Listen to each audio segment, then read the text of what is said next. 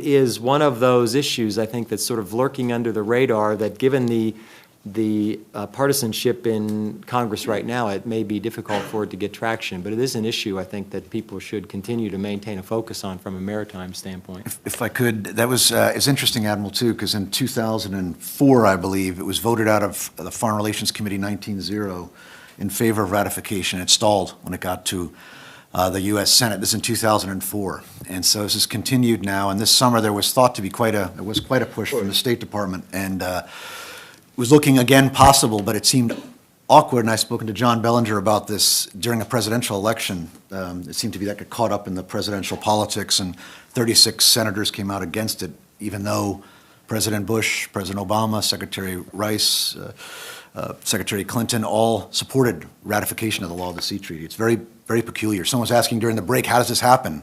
I mean, why are we at sequester now? It's about the same reason. Right. Well, maybe in the last few minutes you could give a little bit of an outline of what the objections are. And I'm doing this from memory, but it seems to have something to do with this fear that this body is going to adjudicate mineral claims and so forth. But do you know what the source of the opposition is? There is, and probably worth, before getting to the opposition, sort of just outlining the potential incredible expansion of U.S. opportunity to have sovereignty over mineral resources.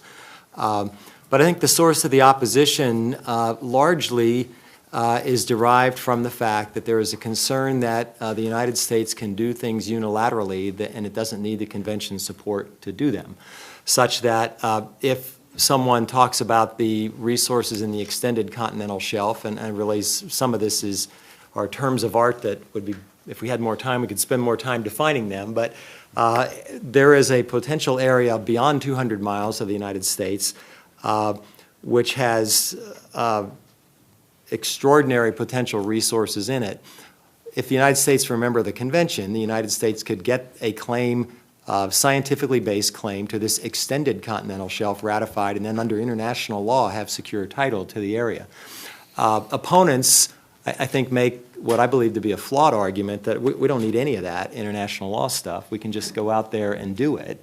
And for reasons beyond the scope of this conversation, that's flawed. I think they also make the argument frequently about United Nations taxes, that we would have to pay royalties under part of the plan. This is a plan the United States developed, actually, where if we mine from the deep seabed, then a certain small percentage of the profits of that would go back into an international organization which the U.S. would be a member of and have